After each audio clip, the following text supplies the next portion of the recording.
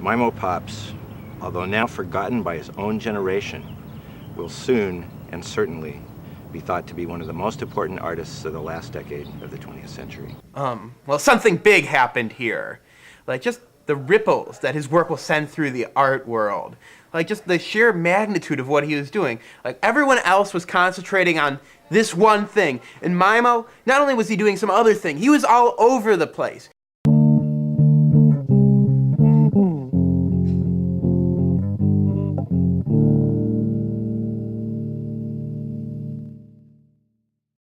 During the fall of 1994 in the small community of Seaside, New Jersey, two high school students began drawing interest from the regional art scene with performance art that, though unrefined, shows much inspiration and promise. The names of the students are Misty Pitts and Mimo Pops, and their pieces are sprinkled with the tangy taste of controversy. Sometimes I feel like I don't know what we were thinking. I mean, we didn't care what we were doing or if we were messing things up. It was like that back then on the yearbook staff with Mimo. And Sminky was there too, I think. While other kids were doing marching band, we were doing performance art. We took all that energy and we channeled it into performance art. And gradually, some of it began to get noticed. It is Misty that first gets attention. Her performance entitled Brie is a success at the Seaside Community Arts and Crafts Fair. Do you want some Brie? Why do you get so warm? I ate the Brie on the wall of Berlin, and it fell. Brie wins second place and is considered by many to be the strongest example of nudie art in Mimo and Misty's nudie period. But Mimo is not without recognition of his own. He's catapulted to the cutting edge of the regional art scene with his controversial public performance piece entitled Knock Knock. Go for it.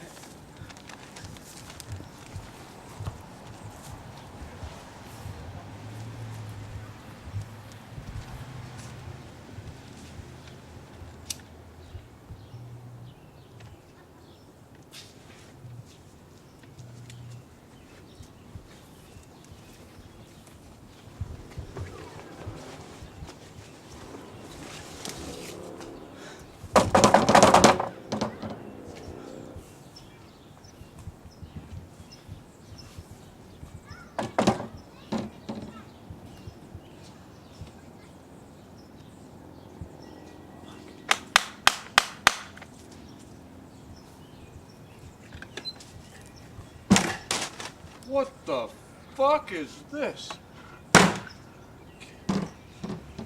The regional art community goes wild for Knock Knock, and Mimo is soon a household name in 3 households.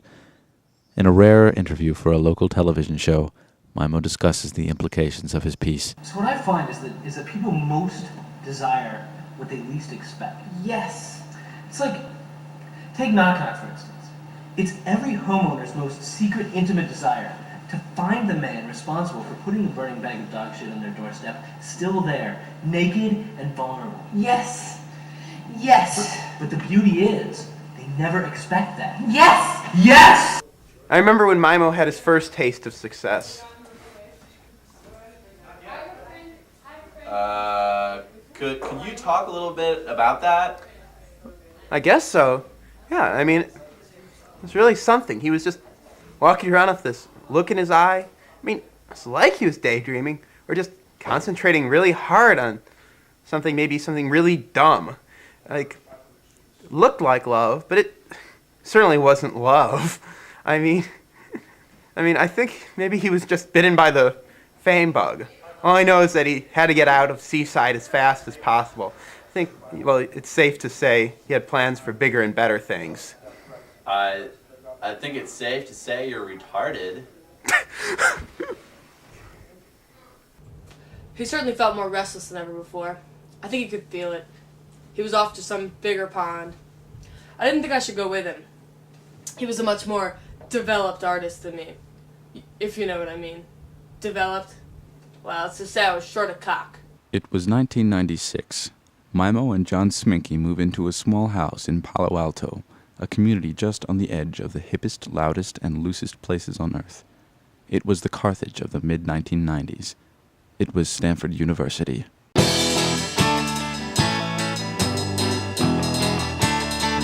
Ah!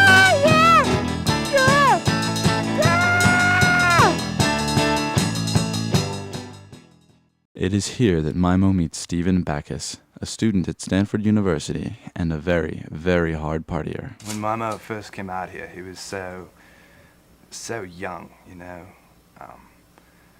It really took him a while to figure things out. I mean, California is hardly the East Coast, you know. But he was a success. I mean, you can't argue against that. But looking back on it, I don't think he really adjusted to it very well, you know. California living, I mean. It was the first time that he really had the very fruits of success within his reach. And I think that was what he couldn't handle.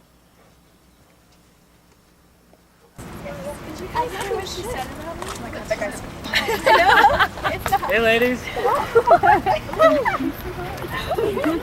Mimo wastes little time making his presence known, producing what is widely considered to be his crowning achievement, the stunning and poignant Restroom.